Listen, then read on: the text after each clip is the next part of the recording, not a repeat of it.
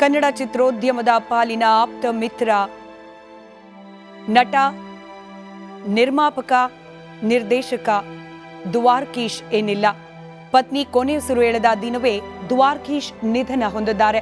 2021 April 16ರಂದು Dwarakish ಅವರ ಪತ್ನಿ ನಿಧನರಾಗಿದ್ರು. ಇವತ್ತು ಬೆಳಗ್ಗೆ ದ್ವಾರಕೀಶ್ ಅವರು ಕೊನೆಯುಸಿರು ಎಳೆದಿದ್ದಾರೆ. ನಾಳೆ ಬೆಳಗ್ಗೆ 11:30 ನಂತರ ಅಂತಿಮ ವಿಧಿವಿಧಾನಕ್ಕೆ ವ್ಯವಸ್ಥೆಯನ್ನ ಮಾಡಿಕೊಳ್ಳಲಾಗುತ್ತೆ ಅನ್ನೋ ಮಾಹಿತಿ ಕುಟುಂಬ ವರ್ಗದಿಂದ ಕೇಳೋಕೆ ಸಿಕ್ಕಿದೆ. ಇವತ್ತು ದ್ವಾರಕೀಶ್ ಅವರ ನಿವಾಸದ ಬಳಿಯಲ್ಲೇ ಅಂತಿಮ ದರ್ಶನಕ್ಕೆ ವ್ಯವಸ್ಥೆಯನ್ನ ಮಾಡಲಾಗಿದೆ. ನಾಳೆ ರವೀಂದ್ರ ಕಲಾ ಕ್ಷೇತ್ರದಲ್ಲಿ ಅಭಿಮಾನಿಗಳಿಗೆ, ಸಾರ್ವಜನಿಕರಿಗೆ ಹಾಗೆ ಗಣ್ಯರಿಗೆ ದರ್ಶನದ ವ್ಯವಸ್ಥೆಯನ್ನ ಮಾಡಲಾಗುತ್ತೆ.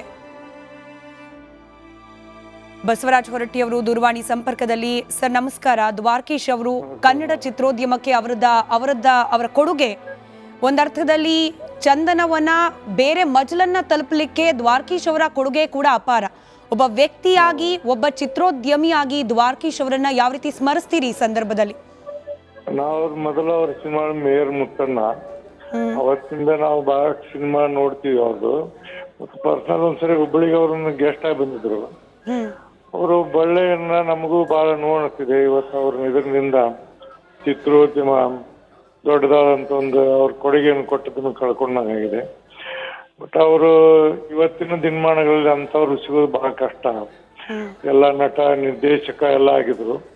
ಎಂತ ಗಂಭೀರವಾದಂತ ವ್ಯಕ್ತಿ ಇದ್ರು ಅವ್ರ ಸಿನಿಮಾ ನೋಡಿ ನಗುವಂತ ಕೆಲಸವನ್ನು ಮಾಡುತ್ತಿದ್ರು.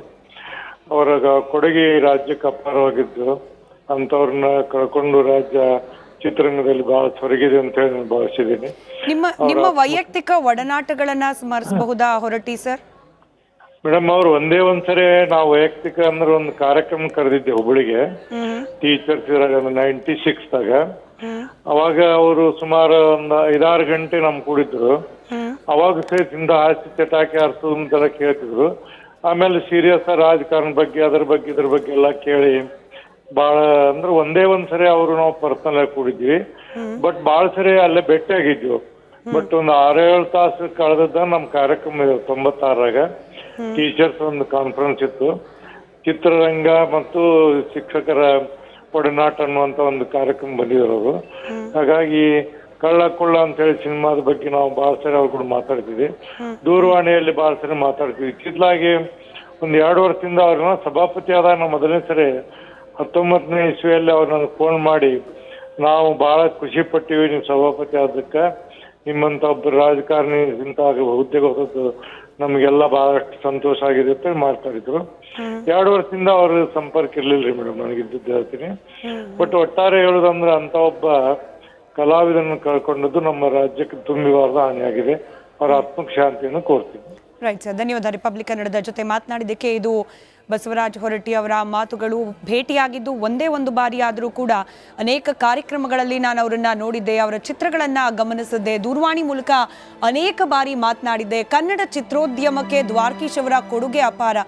ಅದರಲ್ಲೂ ಕಮರ್ಷಿಯಲ್ ಚಿತ್ರಗಳ ನಿರ್ಮಾಣ, ಲಕ್ಷ ದಾಟಿದ ಬಜೆಟ್ನ ಸಿನಿಮಾಗಳ ನಿರ್ಮಾಣ ಅನ್ನೋ ಧೈರ್ಯ ಕನ್ನಡದ ಮಟ್ಟಿಗೆ ಮಾಡುವಂತಹ ನಿರ್ಮಾಪಕರು ಬಹಳ ಕಡಿಮೆ ಸಂಖ್ಯೆ ಇದ್ದ ದಿನಗಳಲ್ಲಿ ದ್ವಾರಕೀಶ್ ಅವರು ಆ ಧೈರ್ಯ ಮಾಡಿ ಚಿತ್ರ ನಿರ್ಮಾಣಕ್ಕೆ ಮುಂದಾದ್ರು.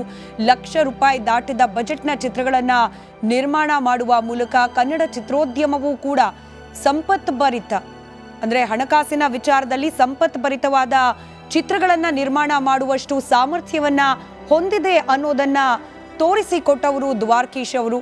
ಹೀಗಾಗಿ ಅವರ ಕೊಡುಗೆ ಚಿತ್ರೋದ್ಯಮಕ್ಕೆ ನಿಜಕ್ಕೂ ಕೂಡ ಅಪಾರ ಅನ್ನೋದು ಬಹುತೇಕರು ಇವತ್ತು ಈ ಸುದ್ದಿ ತಿಳಿದ ಕ್ಷಣದಿಂದಲೂ ಕೂಡ.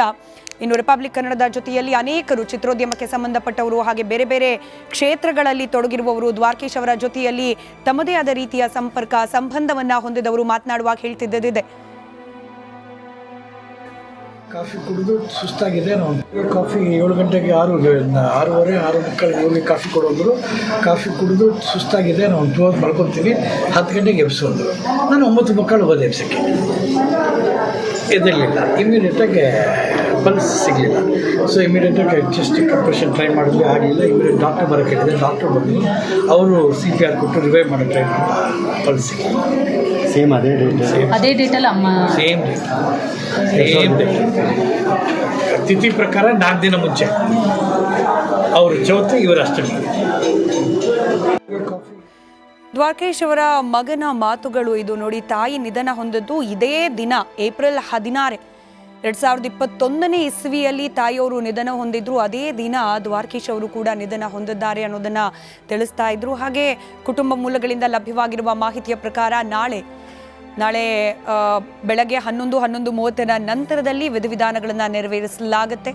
ಇವತ್ತು ಬೆಳಗ್ಗೆ ಎಂದಿನಂತೆ ಕಾಫಿ ಕುಡಿದ್ರು. ಅದಾದ ನಂತರದಲ್ಲಿ ಚಿಕ್ಕದೊಂದು ನಿದ್ರೆಗೆ ಜಾರ್ತಾ ಇದ್ರು. ಪ್ರತಿನಿತ್ಯ ದ್ವಾರಕೀಶ್ ಅವರು ಒಂದು 9:45, 10 ಗಂಟೆಗೆ ಪ್ರತಿದಿನ ಏಳುವಂತಹ ರೊಟೀನ್ ಅವರದು. ಇವತ್ತು ಕೂಡ ಹಾಗೆ ಎಬ್ಬಿಸ್ಲಿಕ್ಕೆ ಹೋದ ಸಂದರ್ಭದಲ್ಲಿ ಅವ್ರು ಎದ್ದೇಳಲಿಲ್ಲ. ಪಲ್ಸ್ ಚೆಕ್ ಮಾಡಿದಾಗ ಸಿಗಲಿಲ್ಲ.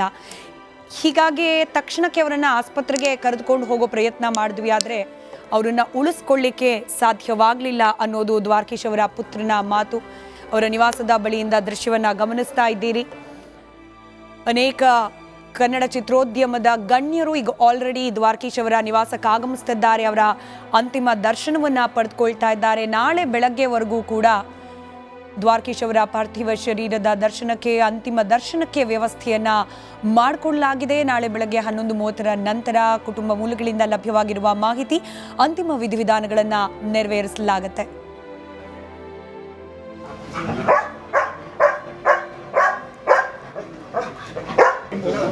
One second. Technical guy. Technical guy.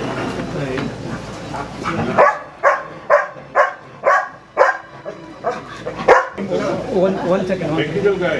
Technical guy.